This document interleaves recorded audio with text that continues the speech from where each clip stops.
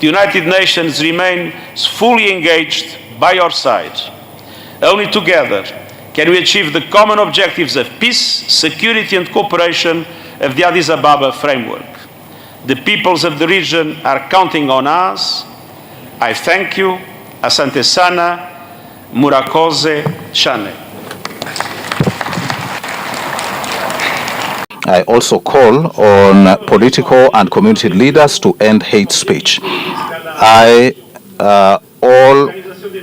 All concerned parties have to implement the decisions reached through the various processes, Luanda and Nairobi processes. Only sustained and sincere dialogue will enable us to make lasting compromises. I welcome recent efforts by leaders of the region aimed at diffusing tensions. I also welcome the consensus by actors in the region on non-military measures aimed at disarmament, return, and reintegration of foreign armed groups operating outside their country.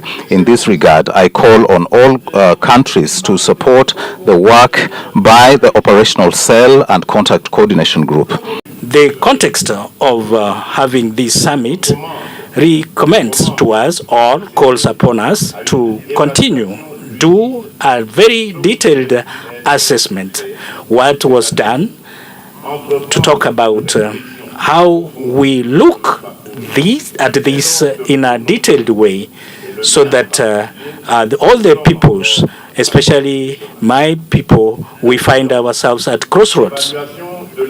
This assessment on what we have done to implement this agreement, this is not supposed to be a one country affair. This is supposed to be involve other partners and guarantor institutions.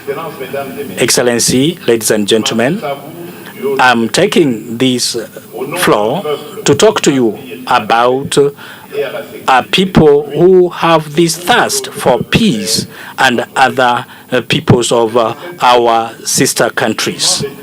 Following the spirit of this Addis Ababa agreement, when we talk about the Nairobi process under the auspices of East African Community, we have seen that we need to come to a negotiating table so that we silence the arms and give chance to the common desire to reconstruct our country.